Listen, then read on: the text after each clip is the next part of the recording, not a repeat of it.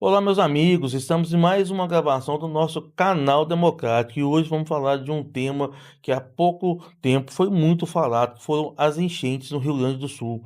Vamos saber um pouco de como que está lá hoje, como que foi. Os nossos participantes moram no Rio Grande do Sul, moram em Porto Alegre e vão trazer um pouco da realidade vivida por eles lá e como está hoje, não é isso, Laud? É isso mesmo. Olá, pessoal. Hoje nós vamos aqui conhecer um pouquinho da vivência, né, do Leonardo, conhecido como Leco, e Marcelo, que vão falar um pouquinho sobre como está a situação atual, e claro, ali desenhando um pouquinho o que aconteceu antes, né, assim, durante ali as enchentes. Léo e Marcelo, se apresentem, por favor. Sejam bem-vindos.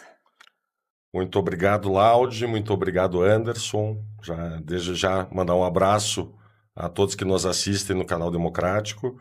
É um prazer estar aqui com vocês, relatando uma experiência muito ruim que nós vivemos no Rio Grande do Sul a partir do acontecimento das enchentes, que todos sabem que ocorreu no Rio Grande do Sul, que devastou a vida de milhares de pessoas, né? Seja do ponto de vista emocional, seja do ponto de vista físico, seja das vidas que foram perdidas, né? Um momento muito triste na história do Rio Grande do Sul, na maior tragédia climática da história do Brasil. Então, a ideia é nós trazermos um pouquinho da experiência que nós vivemos a partir dos nossos amigos que foram afetados, as experiências que nós desenvolvemos em atos de solidariedade no Rio Uhum. Grande do Sul e contar um pouquinho para vocês o que está ocorrendo no Rio Grande do Sul nesse momento. Laude e Anderson também já faço das palavras do Leco minhas palavras. Eu acho que ele já conseguiu explicar um pouco o que a gente vai buscar conversar com vocês. E agradeço também pelo convite, para todo mundo que está nos assistindo também, para que a gente possa, de fato, passar um pouco mais da realidade, que talvez não seja mostrada aí pelos canais de comunicação convencionais, pela visão de quem estava lá e vivenciou uma série de aspectos desse desastre natural. Então, pessoal, primeiramente a gente quer passar, né, transmitir todo o nosso respeito ao povo do Rio Grande do Sul, né, nossa solidariedade com eles, né, e deixar o espaço aberto para quem alguém de lá queira realmente fazer o uso do nosso espaço, né, que seja de uma forma virtual, que seja de uma forma presencial. Nós estamos aqui em BH, mas estamos acompanhando tudo, né. O Leco, né, carinhosamente a gente chamamos ele de Leco, né, e Marcelo, que são nossos amigos, já aí há um bom tempo.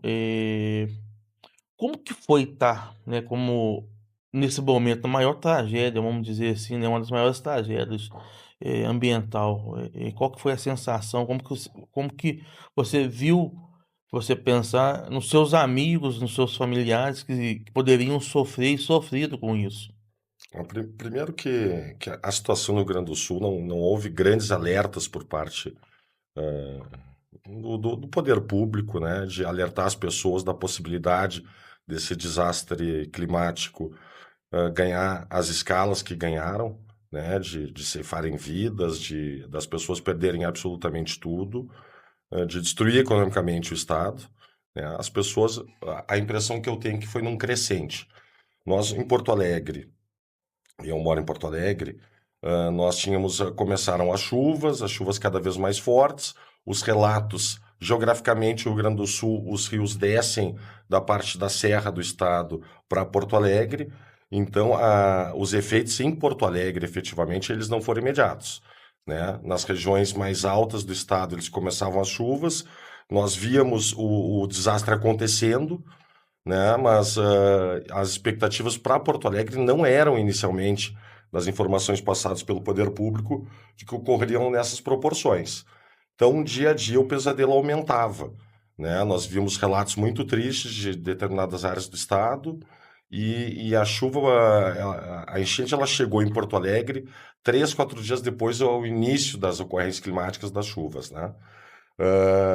Então, em diversos bairros de Porto Alegre, eu falo mais de Porto Alegre porque efetivamente moro lá e as Uhum. pessoas que eu conheço são de lá, né? Então, o que houve, assim, uma crescente de acontecimentos, de desastres, de tristezas, que nós vivíamos dia a dia e parecia um pesadelo, né?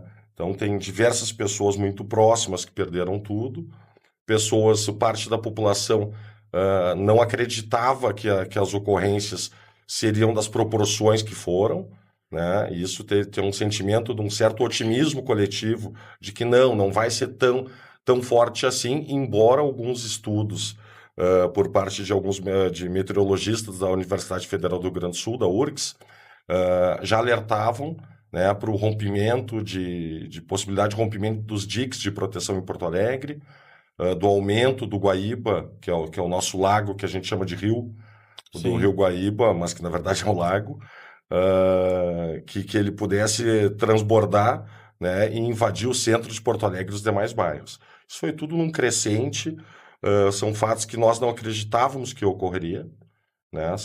É o que todos nós lá em Porto Alegre, no Rio Grande do Sul, falamos, que é algo surreal, né? Algo parece que um filme de desastre que a gente vê das grandes produções de Hollywood acontecendo nas nossas vidas. É algo inédito, que na verdade não é inédito. Havia ocorrido uma enchente, se não me engano, em 47. 41 ocorreu uma grande enchente que marcou Porto Alegre e que nós, por sermos mais jovens, não termos vivido nesse período de 41, não tínhamos a dimensão do ocorrido. E para nós era um relato dos livros de história. E é interessante a gente falar que o rio Guaíba, né, não é um rio, é um lago, justamente porque ele não tem saída, né? Sim. Ele recebe, na verdade, deságua no Guaíba uma série de outros rios muito grandes, né? Então, por isso que nem o Leco fala, a chuva começou, o desastre começou em algumas regiões que já tinham sido atingidas há 3, 4 meses atrás, na verdade, novembro, outubro de 2023. Então, eram regiões que já tinham experimentado o caos e a gente via eles revivendo aquilo novamente. Mas, de fato, o porto-alegrense da Gema, quem nasceu, convive com enchente muito sob a perspectiva de 41, que foi a maior enchente, e que sequer existia um sistema de contenção ainda. Então, eu me lembro que eu tenho a análise sobre a perspectiva de quem estava lá, tem histórias que eu acho que podem exemplificar para vocês o que aconteceu. Eu tenho familiares que moram nessas regiões onde foram muito atingidas num primeiro momento. E minha tia me liga dizendo... Celo, compra um gerador porque vai ser um terror em Porto Alegre. Eu desliguei e falei pra minha esposa assim, minha tia tá completamente louca, assim, tipo, lá é comum as enchentes ocorrerem, e claro, foi uma dimensão, Porto Alegre, não é Você impossível. nem imaginou que fosse acontecer Não assim. tinha perspectiva. E as coisas foram acontecendo muito rápida Sim. por uma população que não está acostumada com aquele tipo de desastre. Aí é água entrando, é luz acabando, a energia elétrica acabando, água, as pessoas sem a dimensão de quanto tempo aquela falta de estrutura ia permanecer. O prefeito dando entrevista dizendo para as pessoas saírem da cidade e irem para o litoral, onde esse tipo de serviço básico era fornecido. Os meteorologistas só dizendo, aumentou mais 15 centímetros o rio, aumentou. Ou seja, a gente estava vivendo numa perspectiva de caos, com informações encontradas, sem a perspectiva de que aquilo acabasse, e naquele momento, sem a dimensão das perdas que tinham ocorrido. Porque eu olhava ruas de Porto Alegre, a rua mais famosa, a Rua da Praia, que tu nunca imaginou que tivesse a possibilidade de estar no estágio que estava embaixo d'água. Comércio, indústria, fora, obviamente, as vidas humanas. Mas aí, tu só pensava, a hora que baixar, a gente vai ter como dimensionar a perda que essa catástrofe trouxe para o Estado sob a perspectiva de infraestrutura, movimentação econômica e, obviamente, na vida das pessoas que, apesar de não terem perdido algum ente próximo, tiveram as suas vidas afetadas fisicamente, tiveram as suas memórias apagadas, pessoas que perderam todos os registros que tinham de fotos, documentos, e a partir de agora fazer o quê? E, infelizmente, a gente não teve uma resposta adequada do Estado, seja porque estava despreparado, seja porque não acreditava, ou como o próprio prefeito disse, porque esse tipo de circunstância não era uma prioridade do governo dele, ou seja, ele tinha outra prioridade. E aí as soluções foram acontecendo. Pequenos coletivos se montavam aqui para alimentar algumas pessoas, outros coletivos se organizavam para tentar limpar, outros coletivos se organizavam para tentar organizar o retorno dessas pessoas, Mas é óbvio, as pessoas não estavam preparadas para isso. Então, por mais que existisse solidariedade, que as pessoas tivessem a intenção de ajudar, faltava alguém que organizasse de fato essa movimentação. E isso não ocorrendo, muita energia foi jogada fora, muita informação desencontrada. E de fato, por onde tu andava, tu via necessidade. As pessoas realmente estavam passando por um momento crítico e que nem diz o Leco. E isso é uma perspectiva, inclusive, psicológica, assim, tu percebia que as pessoas estavam sem chão. E aí o retorno, a reconstrução é muito mais difícil, né? Só para pegar esse gancho que o Marcelo traz, da falta de informação qualificada, tem um fato que, para mim, que exemplifica muito da falta de capacidade do poder público de enfrentar esse tipo de adversidade. É o prefeito aí, pelo umas 10 da noite, dando uma entrevista ao vivo, dizendo que as pessoas de determinado bairro ficassem tranquilas, porque o dique de contenção, que caso ele não existisse, caso ele falhasse na contenção das águas, invadiria determinado bairro, que as pessoas desse determinado bairro ficassem tranquilas, porque o dique não havia rompido e que as pessoas podiam ficar tranquilas. O que ocorreu? Na manhã do dia seguinte, saiu um comunicado da prefeitura emergencial que as pessoas evacuassem essa área. 6, 7 da manhã. E é uma área que alagou de uma forma muito rápida, por isso que as pessoas perdiam tudo.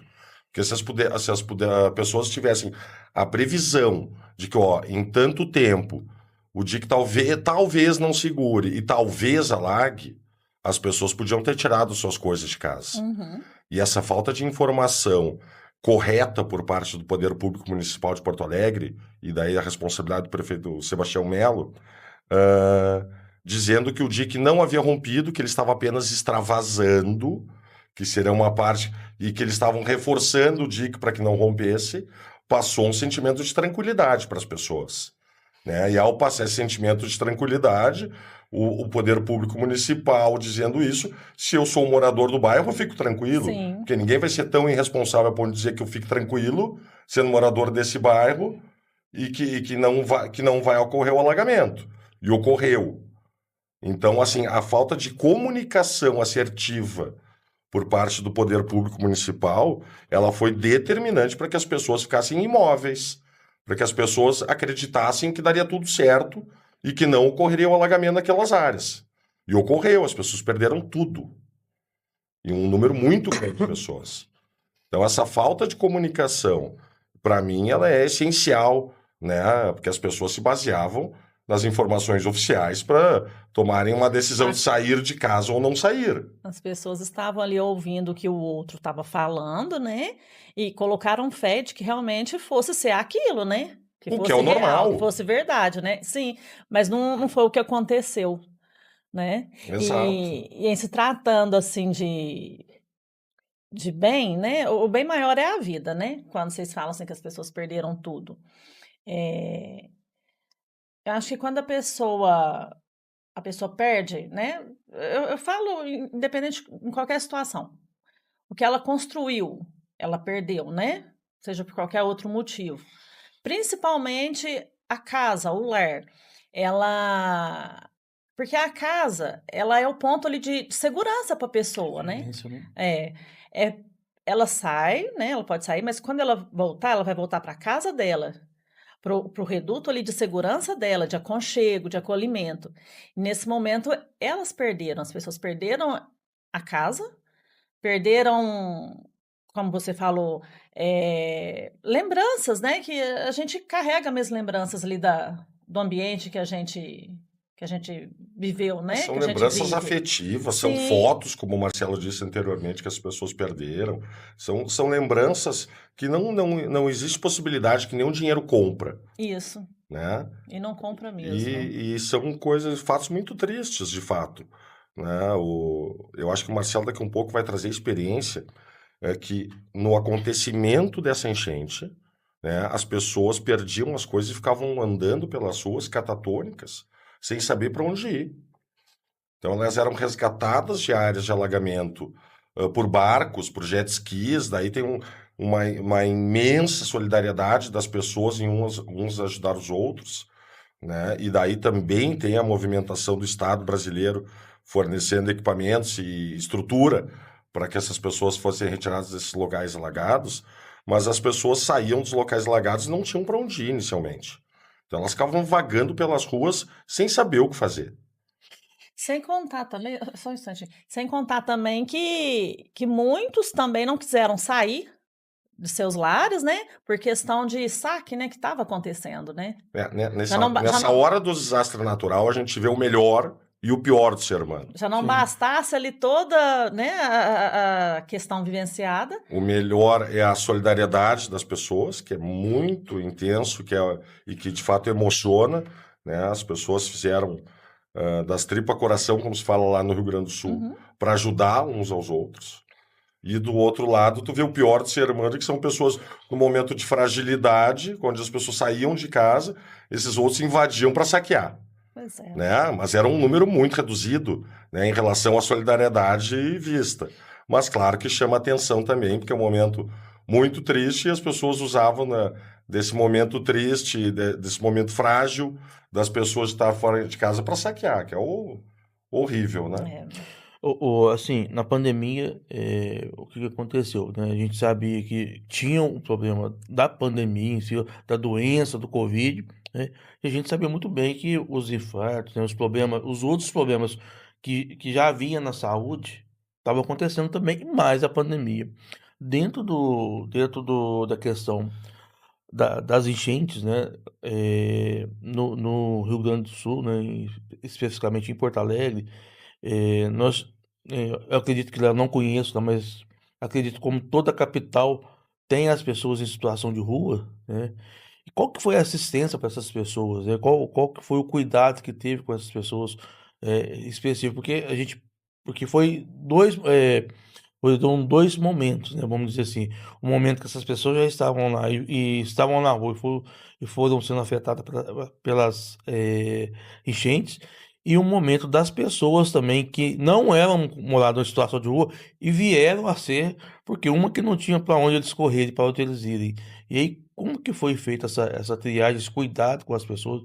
Ficaram tudo junto? Como que foi feito dentro daquele acampamento? Porque aquele acampamento que a gente viu, pelo menos o que foi passado assim em rede social que eu acompanhei, que no primeiro momento estava todo mundo legal, mas que depois de um certo dado momento, as pessoas começaram a se estranhar, entre elas a mesma situação, uma querendo casos de racismo lá dentro. Então, assim, como que foi lidado com isso? Vocês têm alguma informação assim, Leque, Marcelo? Então, Anderson, sim, que nem eu te falei, as coisas, se a gente colocar num contexto de tempo, foi 30 dias que parecem que passaram anos, porque a cada dia tu ia tomando conhecimento de algum tipo de movimento que era feito. Para que tu tenha noção, assim, as chuvas de fato em Porto Alegre atingiram a ponto de, por exemplo, o meu escritório ser fechado e tu perceber que as ruas estavam sendo alagadas a partir do dia 4 de maio. No dia 4 de maio, percebendo que as proporções seriam muito grandes, um grupo de amigos, nós resolvemos, através dos sindicatos bancários de Porto Alegre, ah, nos organizarmos para prestar algum tipo de auxílio. No primeiro momento, com a ideia de fazer uma cozinha solidária e fornecer uma refeição por dia. E essa era a ideia, pensando, olha, pessoal, uma semana, né, 10 dias nesse primeiro momento. E a partir daí, depois, quando a coisa se normalizar, pronto. Ou seja, foi algo muito rápido, assim. O sindicato fornece a estrutura e a gente começa, nesse grupo de amigos, então, a preparar um café da manhã. A partir do segundo dia, nós já estávamos com 250 pessoas na frente do sindicato, esperando o café da manhã. E aí nós percebemos que as pessoas não podem ficar só com o café da manhã. Aí começamos a fornecer almoço. Não podemos deixar só com almoço. E começamos a fornecer janta. Nós fornecíamos 3 refeições por dia. E aí a percepção que tu tinha, e eu não tinha o costume de fazer esse tipo de trabalho lá no sindicato, e eu comecei a fazer uma análise da fila, assim, quem são essas pessoas que estão aqui? E aí o mais interessante, que traz um grau de reflexão, é que sim, tu tinha ali pessoas que tu percebia que não eram pessoas que normalmente tinham vivência na rua. Ou seja, elas vinham se tornaram desabrigadas e acabaram caindo, digamos assim, no centro. mas a grande maioria já eram moradores de rua que estavam antes da enchente. Ou seja, evidenciou um descaso também já com essas pessoas. E é impressionante como esse sistema de solidariedade faz com que tu consiga melhorar a vida dessas pessoas. E a gente perguntava, olha, por que que tu não se desloca para um dos abrigos que está sendo fornecido pela prefeitura? Eles diziam, primeiro, que os abrigos que a prefeitura fornece, por exemplo, eles faziam um comparativo com a comida que a gente oferecia. É muito pior que a que vocês nos fornecem aqui.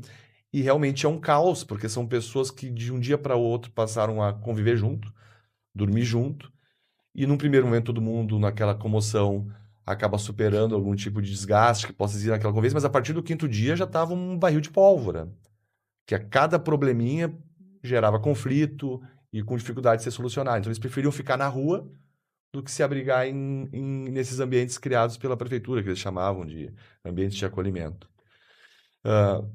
Eu sei que não é uma situação fácil, né? Não é fácil colocar o dedo no poder Sim. público, porque realmente, do nada, tu tem que montar uma estrutura gigante para receber pessoas.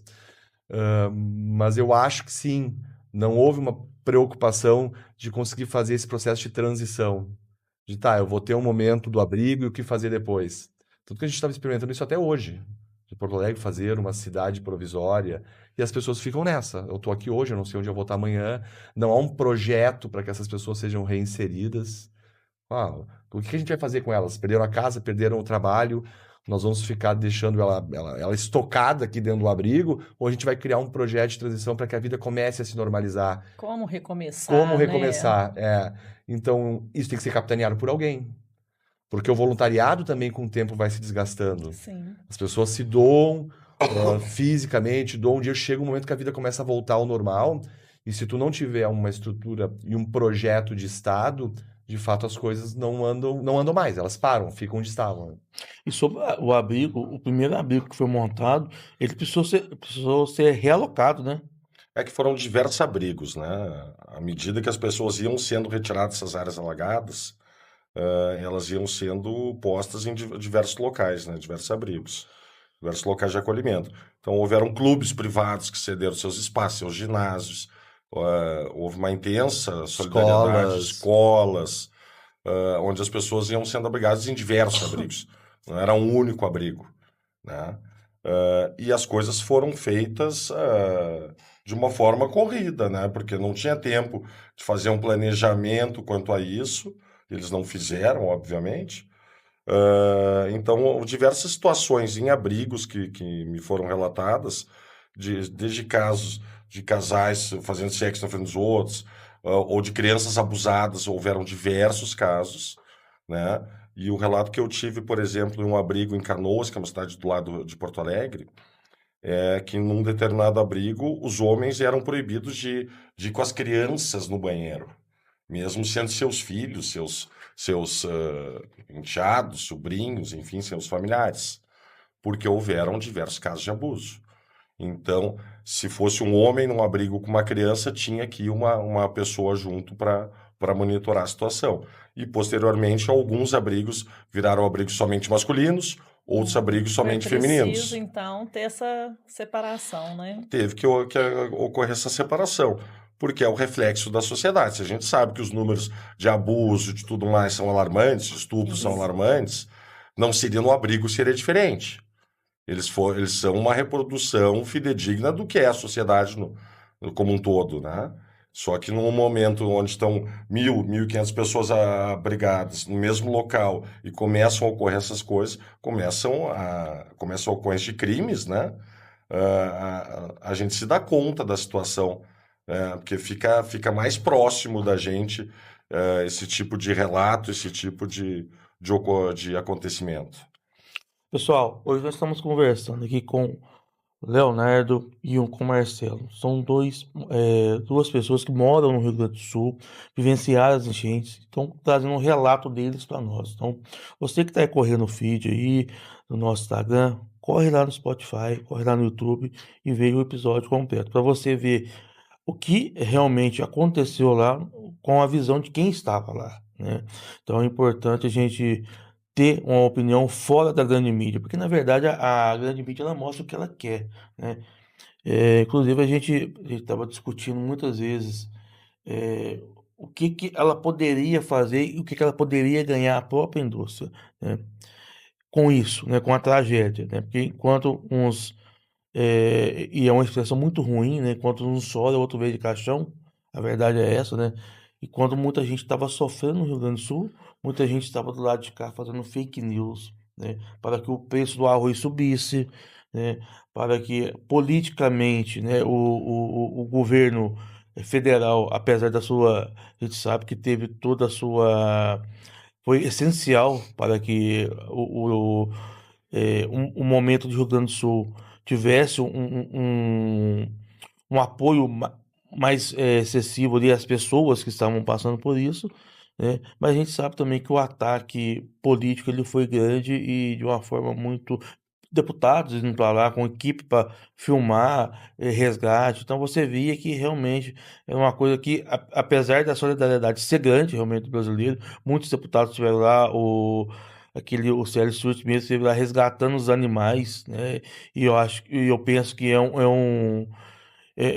naquele momento era necessário fazer aquilo, ele foi para lá e fez um bom trabalho, mas a gente viu que tinha vários outros deputados que estavam lá fazendo para fazer realmente selfie, Se se aproveitando, né? aproveitando do momento, Eu né? acho que assim, no meio da tragédia, existem exemplos de pessoas que foram de fora ajudar no Rio Grande do Sul que são maravilhosos, que é o caso do Pedro Scooby, essa Sim, equipe de surfistas que sim, foram, que fizeram um trabalho voluntário maravilhoso, e esse trabalho ele incentiva outras pessoas, ao meu ver, a fazerem a mesma coisa.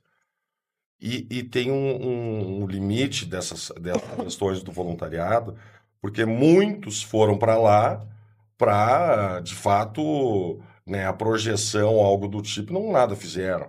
Né? Tem um deputado, que eu não vou citar o nome, que nem convém, mas um deputado federal do Rio Grande do Sul, que faz fotos como se ele estivesse salvando as pessoas de jet ski, sendo que, na verdade, do lado tem um barco de apoio sim. onde era uma montagem aquilo. Então é um absurdo isso, né? E a grande mídia pouco fala nesses aspectos. E muito se falou também, eu acho que é um ponto muito importante de nós falarmos, é que as pessoas dizem, esse não é o momento de politizar as coisas. Até no auge da crise pode não ser, porque a prioridade é outra. Mas nós temos que procurar os responsáveis por isso. Uhum. E o poder público é responsável por isso.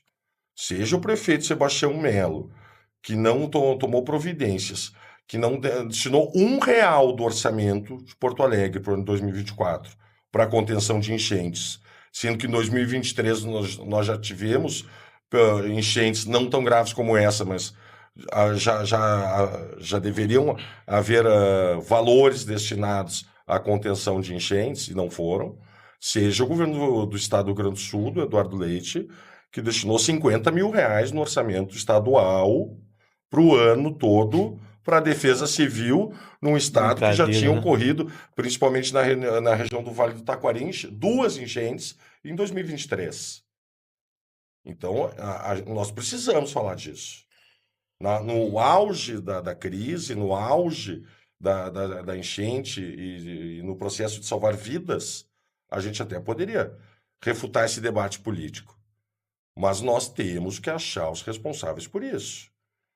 É um desastre climático? É.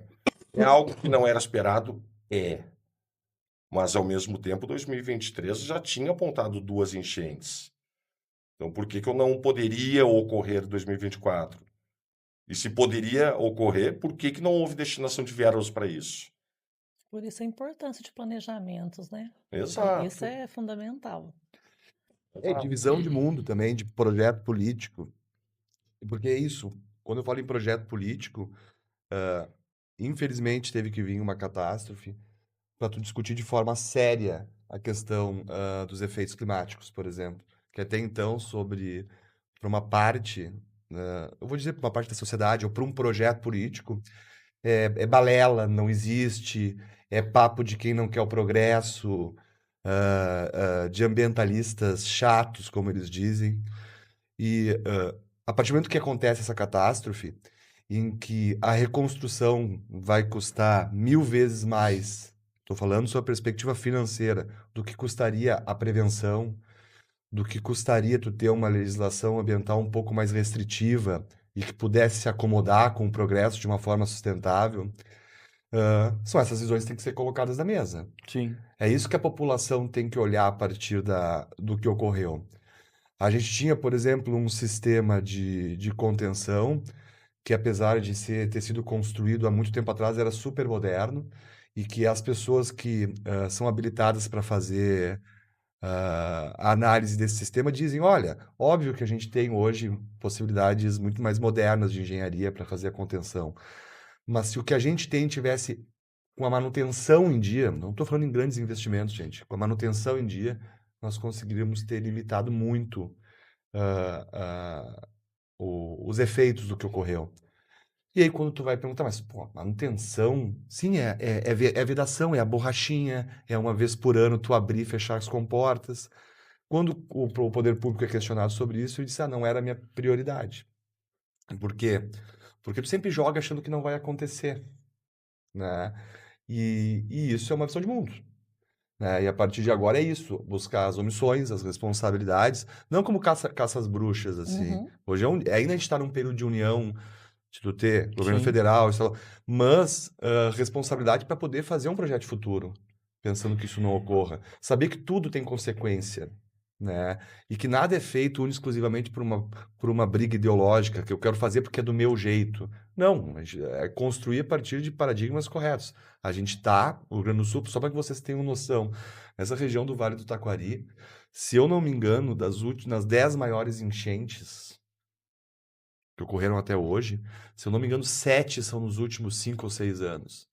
A gente tem indicativo que não é aleatório. Ah, não podia esperar. É óbvio que a gente não tem como esperar se vai ser hoje ou amanhã, mas já é possível esperar que vá ocorrer de forma mais rotineira, né? Seja grandes chuvas ou grandes secas. E como se movimentar a partir dessa realidade? Vamos continuar do jeito que está? Essa é a pergunta que a sociedade tem que se fazer. E sim, tem um custo, né? Obviamente que tem um custo eu eventualmente limitar a construção de um empreendimento imobiliário na beira do rio, porque o empreendedor, ele diz, mas ali é a melhor zona para que eu possa construir e ter uma rentabilidade. Não, mas eu como Estado, como cidade, digo, não, a gente não quer. Então, a partir de que momento a gente vai estabelecer um debate honesto sobre isso? E talvez a catástrofe tenha colocado luz. Então, sempre aquela ideia de tentar tirar algo positivo é trazer para o debate de forma séria, coerente, que projeto de cidade, que projeto de Estado a população está disposta a abraçar, né? Então, eu acho que por essa perspectiva também pode ser um momento de politizar sobre essa perspectiva, discutir um projeto de cidade. Aproveitando que estamos falando de politizar, né, e de políticas públicas, esse ano, né, 2024, né, você aí que está aí, que vai escolher os seus vereadores, os seus prefeitos, você tem que entender que se você não gosta do socialismo, se você não gosta das políticas sociais, se você não gosta das políticas ambientais, você tem que tomar como exemplo o que aconteceu em Porto Alegre. Porque o que aconteceu lá, ninguém se esperava. Então, do dia para a noite, uma pessoa que tinha uma casa, um local ali para chamar de seu, de moradia, um ponto de referência, como diz a Laude, né? Perdeu tudo. E você teve que contar com primeiramente, né, com a solidariedade do outro, né, do nosso socialismo, e também contar com as políticas públicas para essas pessoas, né, sociais, né. E digo mais ainda, e quem perdeu o seu trabalho, quem perdeu quem perdeu o comércio, né, que tinha uma vida, um comércio e hoje não tem mais, ele vai ver de quê? Não tem que ter uma política pública específica para essas pessoas? Então, assim, você tem que começar a entender também que a visão só olhar o capital, isso não dá, porque É um tem uma estado. E é o responsabilidade. estado mínimo, né? Agora tu falou tudo, assim, a gente brincava, obviamente brincava. Com amigos, a gente tem relação que a pessoa, dia 3 de maio, dizia, não precisa de estado para nada. No dia 5, quando ela perdeu a casa, ela dizia, tá, o que o estado vai fazer por mim? Ou seja, é óbvio que política pública, alguma forma de mediação social, Uhum. de diminuição de desigualdade. A gente vive numa sociedade extremamente desigual, uma enchente dessa, ela não seleciona, ela atinge Sim. pobres e ricos. Claro que quem tem dinheiro consegue reconstruir sua vida de forma mais tranquila. Mas sim, ele foi atingido. E a partir desse momento, tu tem no Estado um norteador, de como a Sim. partir daqui a gente vai poder fazer um projeto de convivência mais saudável. A natureza, ela traz uma ideia de enfrentamento da injustiça que não tem diálogo sobre a perspectiva de poder. Ela vem e faz o que tem que fazer. E talvez isso faça com que a sociedade tenha capacidade de refletir mais sobre como ela está lidando com isso, né? Pessoal, então assim, quando a gente comenta sobre falar sobre política, falar sobre. E é algo que as pessoas não querem, né? Hoje em dia, assim, a gente entende que está polarizado, realmente. Eu tenho certeza que a polarização para ambos os lados não é boa, porque ela não traz uma discussão democrática, igual o nome do nosso canal aqui. E eu penso que essas discussões, né, elas têm que ser feitas. A escola, eu acho que ela é essencial para formar as crianças com cuidado com o planeta, com cuidado com as aves, porque é necessário que tenhamos essa discussão política e social dentro da escola. Então a gente tem que começar a trazer essa pauta. É uma pauta que ninguém quer falar, cara, porque vão falar, não, vocês querem é, doutrinar as crianças. Não, a gente não quer doutrinar, nós queremos realmente forçar as crianças que elas pensem por si só. E a gente tá vivendo um momento, Anderson Laude, Marcelo, onde as fake news elas são propagadas com uma virulência, com uma violência muito grande e elas propõem um debate racional, né? Porque uma coisa é nós conseguirmos debater politicamente uma ou outra situação baseado em verdade, Sim, Uhum. baseado numa situação fática, na realidade. Quando o debate proposto por uma fake news ele é algo completamente irreal, completamente falacioso, não existe contraponto para isso. Porque como nós vamos debater e fazer uma construção coletiva, uma construção conjunta, a partir de uma mentira? Não tem como. É muito difícil isso. Então, o primeiro fato é refutar a mentira. É dizer, não, isso não é mentira. Só que nós vivemos numa sociedade onde uma determinada bolha acredita em fake news de uma forma dogmática. Até É assim, porque daí existiam pessoas, prefeitos de outras localidades do Brasil, dizendo que o Rio Grande do Sul estava sendo castigado por Deus sim. por lá existirem terreiros de matriz de religiões de matriz africana. E como é que se debate isso? Não se debate, porque é um absurdo tão grande, é um crime, primeiro, sim. que comete uma pessoa divulgar esse tipo de informação, né, baseada em preconceito, baseada em xenofobia, Sim. baseada em intolerância religiosa, e que fica muito difícil abrir um diálogo a partir disso.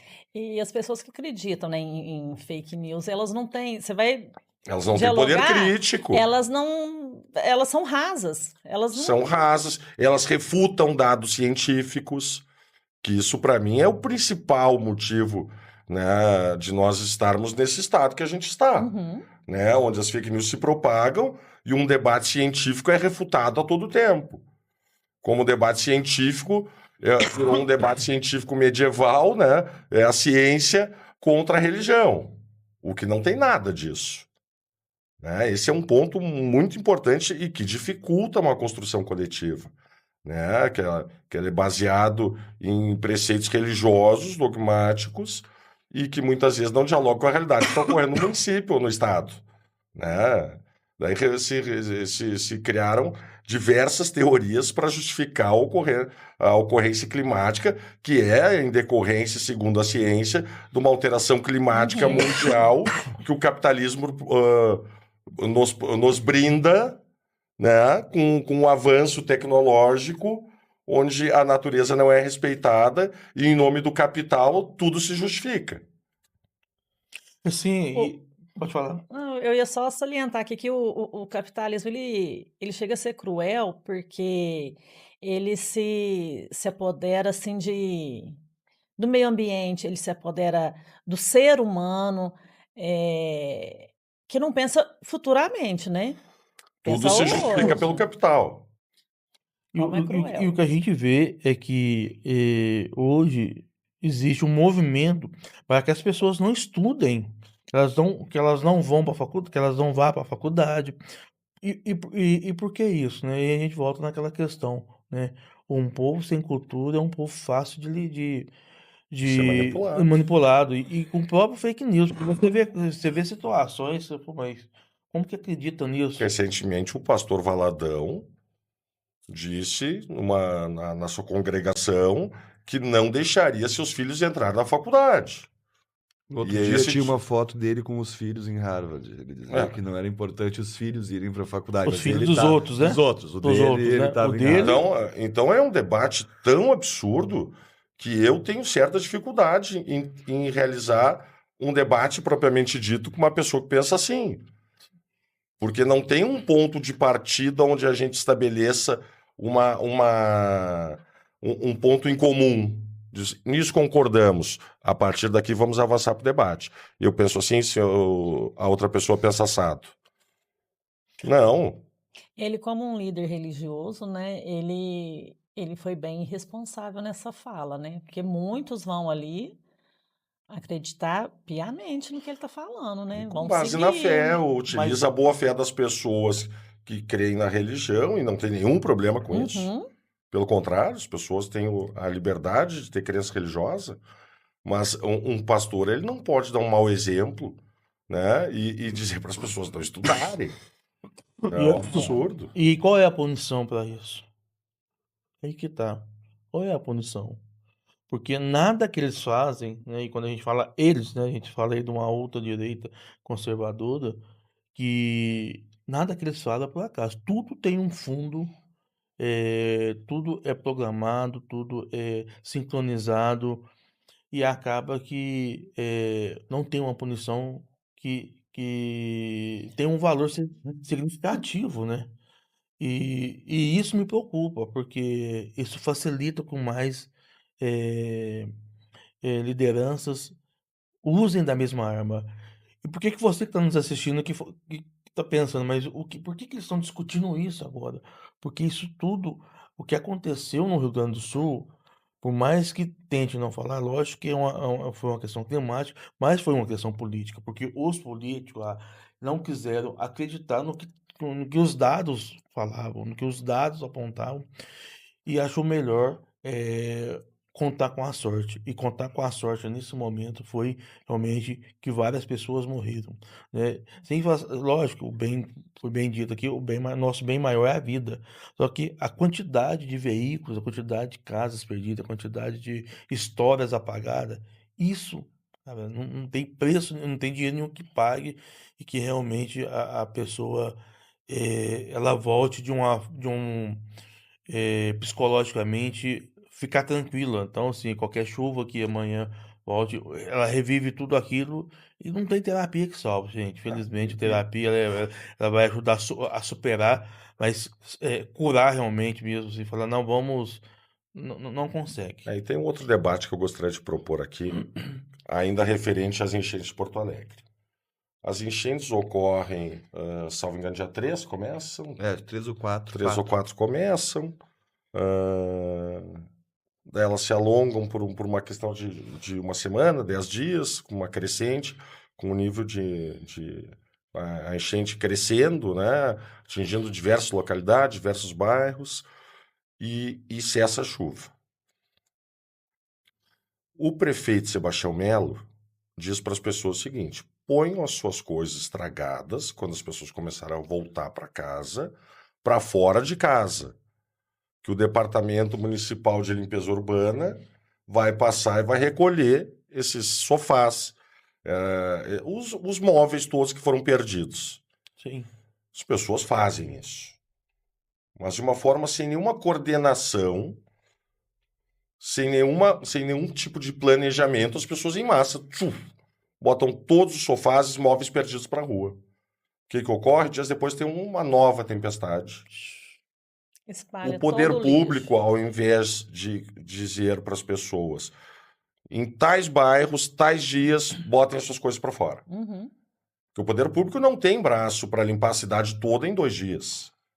Então, eles deveriam ter feito escalas, né, de limpeza e de recolhimento de móveis perdidos. Eles não fizeram isso, o recado foi generalizado. Tirem das suas casas que passaríamos para recolher. Dias depois dá uma nova tempestade e inunda diversos locais de Porto Alegre, inclusive que não tinham sido afetados pelas primeiras chuvas. Uma enchente ainda maior. Por quê? Porque os Sistema de móveis drenagem, né? que foram feitos, foram postos na rua, não foram recolhidos a tempo. A chuva veio, arrastou todos esses móveis e o sistema de drenagem de Porto Alegre não suportou. Porque ficou tudo entupido, cheio de lixo que as Agravante. pessoas botavam na rua e que o poder público não tirou. Então gerou uma nova enchente em locais onde são afastados do rio, afastados da onde foi o epicentro das enchentes, né? Locais bem afastados, encheram da água. Então, são situações assim que a falta de planejamento ocasionou. Né? A falta de planejamento do prefeito Sebastião Melo e da sua equipe fizeram que partes da cidade que não tinham sido atingidas fossem atingidas. Uhum. E daí é necessário falar de política quanto a isso. Porque as coisas não são ao acaso, são decisões. Outro fato que eu gostaria de trazer para o debate é o fato do governador Eduardo Leite começa a enchente, pede PIX de doações para todo o Brasil. Daí quando se vê, o PIX não é do governo do estado, é de uma entidade privada. Sendo de uma entidade privada, e ele justifica isso depois de exposta essa situação, ele diz que o Estado tem trâmites muito burocráticos e que não poderiam ser feitos auxílios e ajudas emergenciais de uma forma tão rápida devido ao Estado ter determinados regramentos que impediriam a velocidade das ações. Só que, por outro lado, milhões e milhões de reais foram doados, não tem nenhum tipo de fiscalização de outros poderes, tribunais de contas e tudo mais. Como foi Então, feita toda essa distribuição? O que foi feito de se fato? utiliza desse processo de enchente e de calamidade para justificar o injustificável. Quem é que vai fiscalizar essa empresa, essa entidade privada que recebeu milhões e milhões de doações? Com a canetada ele poderia resolver esse problema, né? Um decreto, no momento que estava vivendo ali, acho que Que pudesse ultrapassar questão- barreiras burocráticas, É exato. questão emergencial, né? sim. Não, e o que mais me deixa, assim, às vezes, realmente revoltado com o poder público é que tem uma estrutura para analisar, avaliar e tomar decisões, né? E não se usa essa estrutura, porque se você tem o secretário do meio ambiente, você tem o secretário da defesa civil, como que deixou isso acontecer dessa forma, assim, porque o que deu a entender que o negócio foi do dia para noite, né? No início né, começou e aí ninguém estava sabendo de nada, como se foi um acaso que teve aqui, tipo uma tromba d'água que caiu aqui, e não foi assim. O negócio que veio, então assim, a gente tem que começar a entender. Uma vez eu estava vendo uma palestra, eu já até procurei essa palestra, que o palestrante deixava claro que o nosso maior problema não é a corrupção. É um fato, né? A corrupção ela tem que ser combatida a qualquer momento. Que o nosso maior problema dentro do poder público é as pessoas que estão sentadas no lugar de decisão que não sabem o que está fazendo ali, né? São pessoas de outro nicho que estão dentro de uma área, por exemplo, como defesa civil, meio ambiente, urbanismo, que não deveriam estar ali porque não têm a capacidade, mas de ver por acordos políticos que estão. Então a gente tem que começar também a pensar quem compõe o nosso governo municipal. E por que a gente está falando de governo municipal? Não é só porque tem eleições esse ano, não. É porque são as decisões que serão tomadas mais próximas nossa, que a gente nós vamos sentir mais rapidamente, né? E se a gente não ficar com esse olhar crítico de quem a gente está colocando, não é só o prefeito, mas quem é a equipe técnica dele que anda com ele, porque a gente sabe quando você vota no prefeito, quem ele vai, mais ou menos, quem ele vai levar para onde, né? E as pastas ali. E as Então, prioridades, sim, né, de um é. prefeito eleito, né? Então a gente tem que Durante o começar a processo pensar. eleitoral de campanha, eles põem suas prioridades. O prefeito Sebastião Melo, por exemplo, disse que uma das prioridades dele era o investimento preventivo nisso. E cadê? Tem um vídeo do prefeito na época de eleição dizendo: ele era oposição, ele disse: se o prefeito não trocou as bombas, troque o prefeito. As bombas de As água bombas, que fazem a o drenagem. sistema de contenção é feito, além dos diques, tu tem um sistema de bombeamento, que são 18 pontos, se eu não me engano, que ele trabalha com a ideia de que quando o rio sobe, tu tem todo um sistema já pré-estabelecido que a água é jogada de volta. Chegou um momento que tinham 17 sem funcionar. Ou seja, Colapsou o sistema. porque uma coisa que, obviamente, existe o imponderável, que é, o meu sistema estava funcionando 100%, mas mesmo assim, em virtude da quantidade de água, avançou. Ok, vamos discutir estruturalmente a remodelagem, algo que não tinha. Agora, quando tu percebe que o que tu tinha para manter não funcionou, gera o questionamento. Não era prioridade. E agora tu vai ter um custo aí de 51 bilhões para reconstruir, sendo que se tu tivesse investido ali uma quantidade bem menor, só com a manutenção, a gente hoje não tinha a quantidade de problema que a cidade está enfrentando. É um caso a se pensar, então, de trocar o prefeito, né? Eu tô achando. Como ele mesmo disse. Eu acho que as pesquisas indicam que a população de Porto Alegre está fazendo essa opção de, já que o prefeito não trocou as bombas, vamos trocar o prefeito. As pesquisas, as novas, indicam isso. Tomara. Outro ponto só que eu gostaria de destacar com vocês também, um sentimento muito próprio meu, mas me dava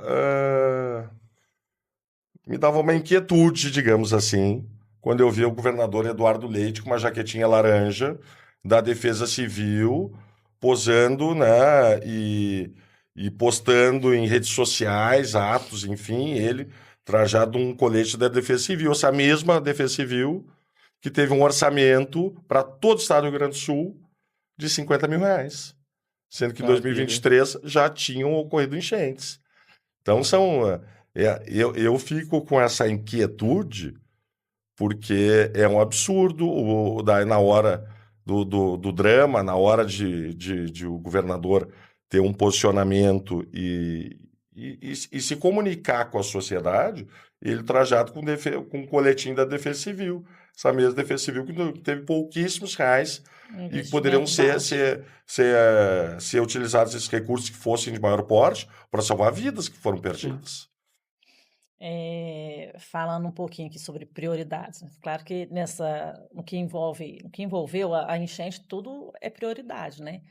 Mas o pós-enchente, o que vocês podem dizer, o que o governo tem feito para as pessoas, né, residentes de Rio Grande do Sul, em termos de saúde, em termos do social, como que o governo está preparando essas pessoas assim de modo assim a reconstruir suas vidas, né? O que vocês podem falar? Porque claro que a enchente ela trouxe, não foi só assim, tem pessoas que perderam entes, né?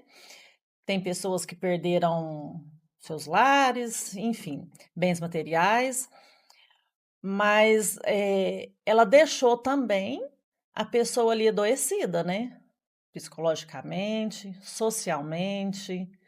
Então, o que vocês podem trazer aqui para nós sobre essa questão do pós-enchente? Se tem, né? É interessante a gente falar porque a gente está vivenciando o pós-enchente, né? Então, medidas estão sendo tomadas e a gente tem eu tenho muita preocupação de que não sejam medidas segmentadas, que a gente tenha a capacidade de articulação do governo no que se refere à implementação de um projeto pós-enchente. É óbvio que tem coisas que são emergenciais.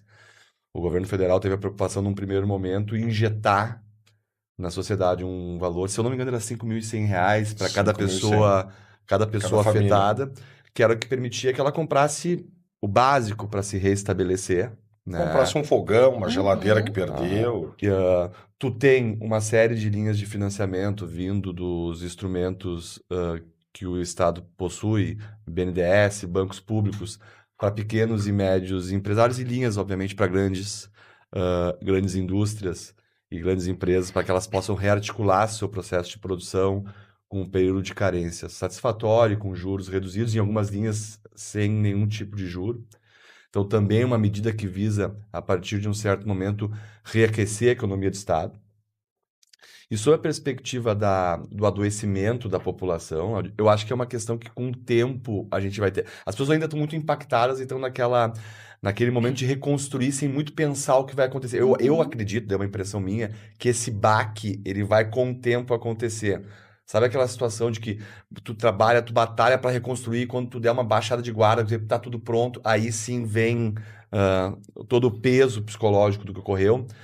E há uma cobrança para que o Estado tenha capacidade e capilaridade para atender todas essas pessoas que foram psicologicamente afetadas pela enchente. Então, eu consigo perceber um movimento interessante do Estado com essas medidas, tem injetado muito dinheiro, mas é um processo contínuo. Por exemplo, eu quero entender como vai ser um projeto de industrialização ou nova industrialização no estado, levando em conta a quantidade de pontos fabris que foram fechados. Como é que vai se dar a partir do momento da quebra de consumo que a gente vai ter, porque pequenos empreendedores fecharam suas portas, muitas pessoas perderam o emprego e nesse primeiro momento vão ter o aporte do Estado, mas daqui a 3, 4, 5 meses já não vão ter nenhum tipo de verba para sustentar e isso impacta na economia. De que forma articuladamente o Estado vai conseguir ter um projeto de reconstrução do, do- da fonte produtiva, que gera Uhum. emprego, que as pessoas possam consumir e se restabelecer. O governo federal tem se dedicado muito a isso, mas não é um processo fácil, né? Porque está num processo de mapeamento ainda do que aconteceu. A gente não tem esse pacote fechado. Quem realmente foi atingido, em que proporção, né? A cada dia tu vai tomando conhecimento de mais uma fatia da sociedade que foi atingida. Então, eu acho que tem sido satisfatório, mas ainda é um processo de construção, né? Essas medidas vão sendo implementadas a partir do momento em que tu identifica o problema e estabelece o tratamento. Eu acho que é importante também a gente destacar que o governo federal, o governo Lula, ele foi muito comprometido com esse processo todo. Embora a mídia, a grande mídia, não tivesse feito uma divulgação adequada das ações de Estado, né, do Estado federativo, o governo Lula ele disponibilizou, além de maquinários na hora de resgates, helicópteros em grande escala, isso não era divulgado, né? Eu, da minha casa, ouvi o dia inteiro helicópteros passando em cima da minha casa em zona de resgate. E, posteriormente, ele faz a designação do ministro Paulo Pimenta, que era o ministro da Comunicação, Da SECOM, né? da Secretaria de Comunicação, para ser o ministro da reconstrução do Rio Grande do Sul. Então, o Lula ele vai mais de uma vez ao Estado, 2 ou 3 vezes, ver a situação de perto, como é que está.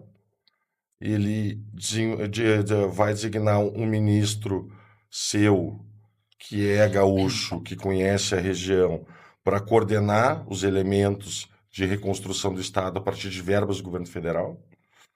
E esse trabalho ele está sendo feito ainda, como o Marcelo diz, mas é impactante já.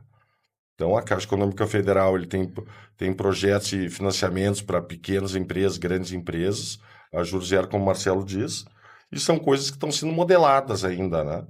Porque não existia uma política pública feita já para determinada situação. Uhum. Essa determinada situação, a vida real vai demonstrando que pelo caminho A não dá, então nós vamos pelo B e nós vamos remodelando as coisas para ajudar o maior número de pessoas, né? Mas tem um impacto econômico no Rio Grande do Sul que nós não temos ainda essa perspectiva de qual vai ser esse Da impacto, proporção, né? da proporção disso, né? Porque são os pequenos que fecham, os médios fecham, um desemprego generalizado, uma pobreza e um crescimento da pobreza em todo o estado, né? Que ainda não tem esse impacto efetivo. Pessoal, tá chegando aquela hora que a gente tem que falar aqui Ok. porque Tá chegando o final. aí já. Foi cedo? É, Olha, e é muita coisa aí, ainda pra gente conversar, gente. Muita sim, sim, coisa. sim.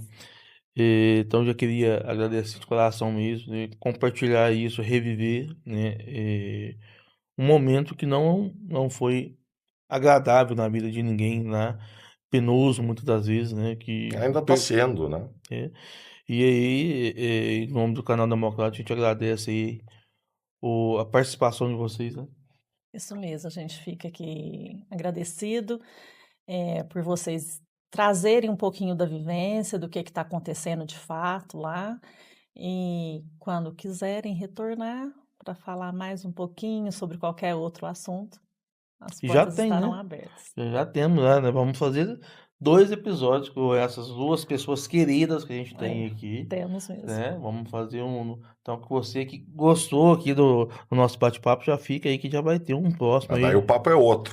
Papo é outro, Que envolve também política, que Exatamente. é bom, precisa, né, ser debatido. Aí, se vocês quiserem deixar uma mensagem para o pessoal, eu acho que é interessante deixar para o pessoal aqui do Rio Grande do Sul mesmo, né? E acho de conforto e esperança, porque eu acho que nesse momento de reconstrução, porque no momento que está acontecendo, existe muita mensagem, né, de conforto ali, de fortalecimento, mas depois que passa, e eu acho que é um problema que nós temos ainda no ser humano, que tem que trabalhar isso, que vai se esquecendo, né? Ah, já passou, agora já tá tudo bem. Aí não é bem assim, não. Acho que dedicar realmente a fala de vocês aí, finais aí, ou se vocês quiserem, tiverem outra sugestão, fiquem à Eu vontade, viu? quero agradecer a vocês o espaço. Acho que é importante nós termos esse diálogo sobre o porquê que ocorreram essa catástrofe, essas enchentes no Rio Grande do Sul, da parte do poder público, que foi pouco explorado. O que mais se dizia, não é hora de politizar. Não, eu acho que talvez num momento emergencial não fosse a hora, mas agora é a hora de nós enxergarmos aonde falhamos. Onde o Poder Público Municipal de Porto Alegre falhou, onde o Governo do Estado falhou, onde outras localidades, outros poderes públicos municipais falharam, onde o Governo Federal, porventura, tenha falhado, e para que a gente consiga corrigir esse processo de política pública, né? E eu agradecer a vocês aí pelo espaço aí, amigo Marcelo, companheiro de longa data aí, nessa conversa, nesse diálogo, a equipe de vocês do Canal Democrático. E estamos aí para conversarmos mais sobre outros temas que nos sejam caros, e já agradeço aí os telespectadores e ouvintes do Canal Democrático. Isso aí. O Leco acho que acabou resumindo bem. Foi um papo bom sobre um assunto pesado, mas que eu acho que a gente conseguiu bater uma bola aqui, trocar uma ideia, a gente passar um pouco para vocês de quem vivenciou como foi essa experiência. Agradecer vocês. Eu acho que o Brasil inteiro se solidarizou, mas o estado de Minas Gerais foi um estado que a gente estava conversando ontem. Agradecer ao Atlético Mineiro. Teve iniciativas muito importantes para arrecadação de fundos e para mostrar simbolicamente que estava acompanhando a dor dos gaúchos. E para nós gaúchos, hoje, o que tu vê na expressão das pessoas é isso. É uma expressão de quem está sofrido, de quem está machucado, mas que tem que recomeçar, né? E eu acho que agora a perspectiva é tentar que esse processo seja o mais humano possível, mais solidário, que a gente não deixe que essas marcas se apaguem, que a gente consiga ter a mesma solidariedade que a gente teve no período de enchente, quando a gente verificar um igual a nós na rua, passando fome, o que até então estava parecendo ser tão normal, a ponto de a gente não enxergar esse excluído. Então, eu rogo muito que a gente consiga aproveitar isso para reavivar essa nossa capacidade de ser mais humano mesmo, solidário e comprometido com o próximo e com o combate à desigualdade social. Pessoal, muito obrigado pela participação de vocês. Fiquem com Deus. Até o próximo. Obrigada, pessoal. Tchau, tchau. Até mais.